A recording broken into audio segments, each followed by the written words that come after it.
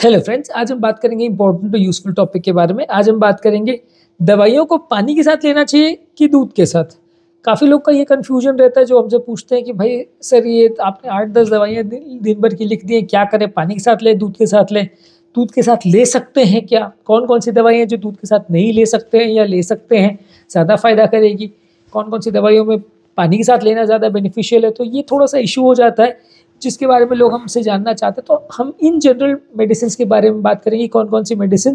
पानी के साथ क्या एडवांटेज है, कौन कौन सी मेडिसिन में दूध के साथ एडवांटेज है, और ओवरऑल आपको क्या प्रेफर करना चाहिए। अगर आपकी स्पेसिफिक रिक्वायरमेंट्स है कोई, तो उसके हिसाब से आपको पानी को प्रेफर करना चाहिए या दूध को, वो डिस्कस करेंगे। देखिए, पानी सबसे ज़्यादा कॉमनली यूज़ किया जाने वाला मीडिया है। ज़्यादातर लोग मेडिसिन जो पीते हैं या लेते हैं वो पानी के साथ ही लेते हैं। पानी के साथ किसी भी चीज़ को डाइल्यूट करना बहुत ईजी रहता है। तो कोई भी अगर सिरप्स है, टॉनिक है या कोई पाउडर्स वगैरह, तो ईजिली डाइल्यूट हो जाता है, आपकी गले के म्यूकोजल ट्रैक्ट में चिपकता नहीं है, इसोफेगस में चिपकता नहीं है, तो इसलिए अल्सरेशन होने का चांस कम रहता है। ज़्यादा क्वांटिटी में भी आप ले सकते हो तो ईजिली सब चीज़ों को फ्लश कर सकता है। अगर आप मान लीजिए कि आपने टैबलेट खाई, उसके बाद भी आपको टेस्ट आ रहा है, तो आप 2-3 गिलास पानी ही पी सकते हो, उसमें कोई मनाही तो नहीं है, अनलेस आपको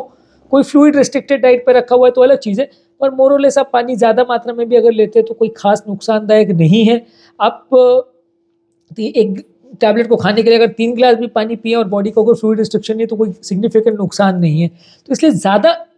चीज़ों को अगर डाइल्यूट आपको करना है और गले में कोई अल्सरेशन या म्यूकोजल प्रॉब्लम्स नहीं हो, तो उसके लिए पानी काफ़ी अच्छा मीडियम है। ज़्यादातर पानी में कोई ऐसे सब्सटेंस नहीं होते जो आपकी मेडिसिन के साथ इंटरफेयर करे, जैसे कोई कैल्शियम या कोई फैट या इस तरह के पदार्थ नहीं होते जो मेडिसिन की एफिशिएंसी या उसके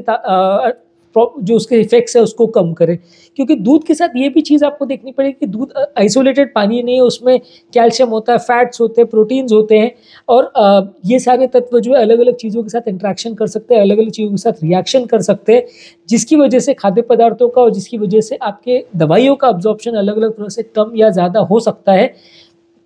इसीलिए ज़्यादातर रिकमेंड किया जाता है कि आप ज़्यादातर मेडिसिन को एज फार एज पॉसिबल पानी से ही लें, क्योंकि एटलीस्ट आपको ये कंफर्म रहेगा कि जितना भी आप मेडिसिन ले रहे हैं वो मेडिसिन पूरा बॉडी के अंदर जा रहा है, कोई सिग्निफिकेंट जीआई साइड इफेक्ट्स या आंतों में कोई जलन का प्रॉब्लम या अल्सर का प्रॉब्लम उससे नहीं होगा। मेडिसिन का कोई इफेक्टिवनेस पानी की वजह से कम नहीं होगा, क्योंकि आप अगर दूध मिलाते तो ऐसा हो सकता है कि रिएक्शन करे तो मेडिसिन कम काम करे, तो आपको उसमें दिक्कत नहीं होगी। दूसरा ये कि इसमें साथ में कोई कैलोरीज नहीं जा रही है, तो उसमें आपको एक अच्छा है कि भाई अगर कोई ऐसा व्यक्ति है जो डायबिटिक है, हाइपरटेंसिव है, जिसका वजन ज़्यादा है, मान लीजिए अगर उसको दिन भर में 8 टैबलेट खानी है और 8 टैबलेट के लिए वो 5 से 6 गिलास अगर दूध पी रहा है, तो दूध के साथ कैलोरीज भी 700-800 कैलोरी दिन भर में एडिशनल हो जाती है, तो वजन बढ़ जाएगा पेशेंट का। उसके साथ लैक्टोज जा रहा है दूध के साथ, आप ऑब्वियसली कई बार चीनी तो डालोगे, क्योंकि दूध आप डायरेक्टली वैसे पियोगे तो वो भी टेस्टलेस लगेगा, तो चीनी डालेंगे तो वो शुगर का लेवल बढ़ेगा, तो डायबिटीज़ के पेशेंट के लिए प्रॉब्लम है।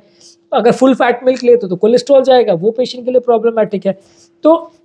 जो पेशेंट को कोई प्रॉब्लम नहीं है वो पेशेंट के लिए तो ठीक है, आप बिल्कुल ले सकते हैं। लेकिन अगर बीपी, शुगर, कोलेस्ट्रॉल है, और ऑब्वियसली ये सारी मेडिसिन हम दे ही तो इन सब बीमारियों के लिए रहे हैं, क्योंकि ऑब्वियसली ये मेडिसिन या तो बीपी की, शुगर की, कोलेस्ट्रॉल की, हार्ट की, इसी तरह की ज़्यादातर हम मेडिसिन पेशेंट को देते हैं जो कि लंबे समय तक चलती है। और ये मेडिसिन के साथ अगर आप दूध को ले रहे हो, और खासकर अगर ज़्यादा मात्रा में ले रहे हो,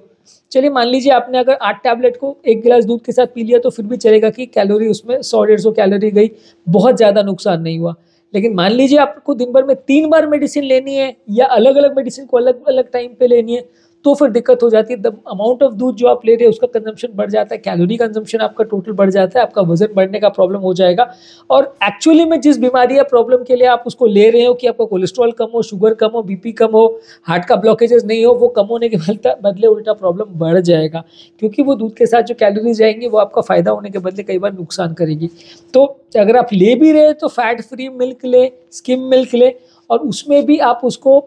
प्रेफरेबली शुगर एटलीस्ट ज़्यादा नहीं डालें। पर शुगर नहीं डालेंगे तो वही दूध आपको इतना टेस्टलेस लगेगा कि आपको पीना ही मुश्किल हो जाएगा। और अगर स्वीटनर्स डालते हैं या सैकरीन, एस्पार्टम जैसी चीज़ डालते हैं तो ये भी चीज़ें पूरी तरह से सेफ़ नहीं है। ये भी चीज़ें बॉडी के मेटाबॉलिक इफेक्ट्स करती हैं, और इनकी वजह से भी आदमी को हंगर की या भूख बढ़ाने की प्रॉब्लम्स होती है, क्रेविंग होती है फूड की, तो ये भी बहुत अच्छी चीज़ें नहीं मानी जाती है। तो at the end of the day ज़्यादातर लोगों के लिए जो क्रॉनिक डिजीज से पीड़ित है उनके लिए ज़्यादातर पानी ही बेस्ट ऑल्टरनेटिव है। यानी कि जो लंबे समय तक हार्ट की मेडिसिन ले रहे, बीपी की, शुगर की, कोलेस्ट्रॉल की, थायराइड की, इस तरह की मेडिसिन ले रहे, उनको पानी ही सबसे ज़्यादा सूट करेगा, क्योंकि वो सिग्निफिकेंट कोई एडिशनल पंगे या प्रॉब्लम्स लेके नहीं आएगा, और जितना भी मात्रा में आप दवा को स्वॉलो करने के लिए ले चलेगा। कुछ लोग हैं कि थोड़ा सा लेके पानी या थोड़ा सा दूध लेके दवा को निगल लेते, बहुत ज़्यादा नहीं पीते, तो उनके केस में उतना फर्क नहीं पड़ेगा। पर अगर आप बहुत ज़्यादा मात्रा में अगर पानी को ले रहे हैं या दूध को ले रहे हैं, तो फिर डेफिनेटली आपकी टोटल कैलोरी रिक्वायरमेंट और टोटल जो बॉडी में कैल्शियम प्रोटीन ये सब जा रहा है उसके कंटेंट में सिग्निफिकेंट फर्क पड़ेगा।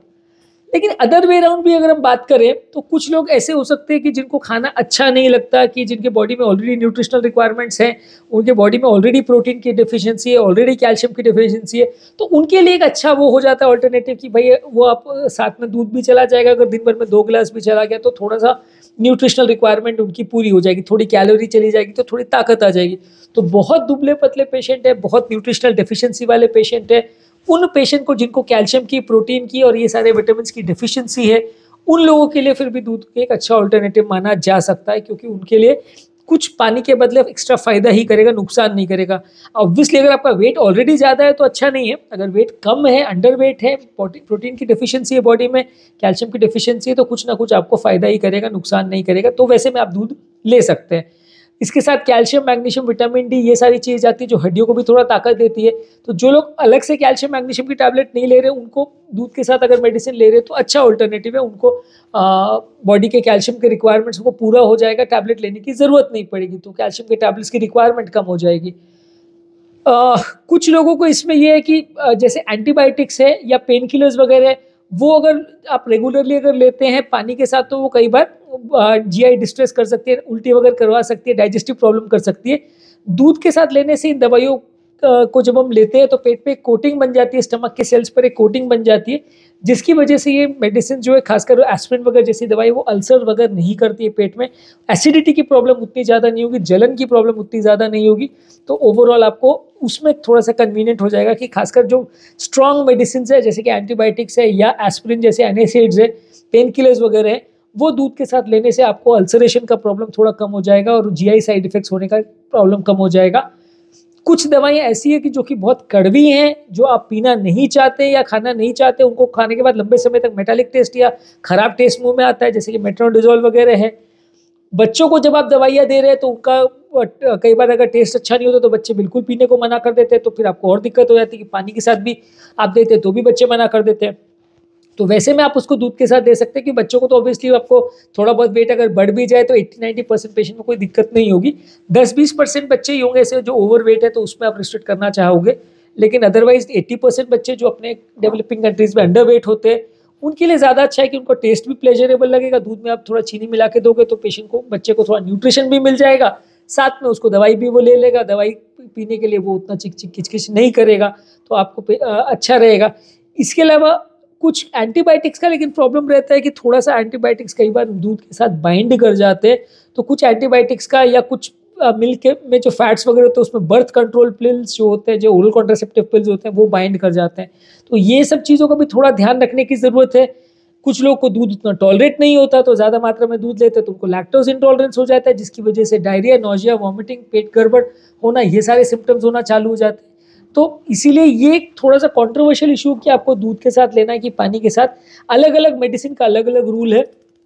अगर आपको हार्ट की मेडिसिन लेना है, बीपी, शुगर, कोलेस्ट्रॉल की मेडिसिन लेना है, तो ज़्यादातर पानी ऑल्टरनेटिव अच्छा है। खासकर अगर आपको वज़न ज़्यादा है और